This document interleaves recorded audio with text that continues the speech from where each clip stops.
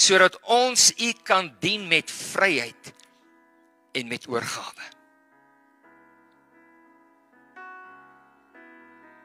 Dankie Here vir elke deur wat nou in die Gees oopgaan. En dankie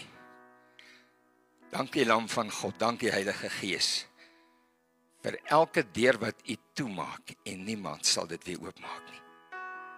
In die naam van Jesus, ek maak jou vry.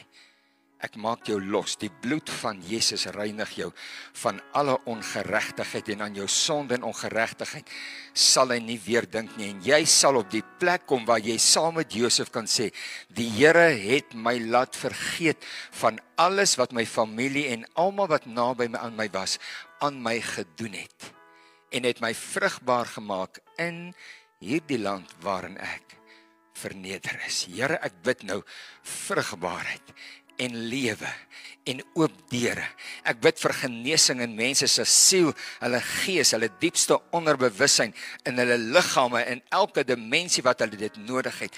Vir elke gemeentelid wat in hierdie plek staan, wat dalk nie opgestaan het net nou nie. Here, ek bid dat as daar enigiets is, Gees van God, dat hulle nou gehoorsaam en gewillig sal wees om te sê, Here, ek is een van hulle.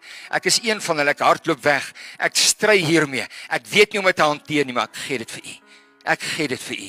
Dankie Here Jesus vir dit wat U nou in hierdie plek doen, deur U kosbare Heilige Gees. I once was lost, but now I'm found. Was blind, but now I see. Here, dankie vir elke geestesoog wat U oopmaak. Ons sal nie mislei word met leuns van die vyand nie. Ons sal aan U gehoorsaam wees. Ons sal doen wat U sê ons moet doen, Here.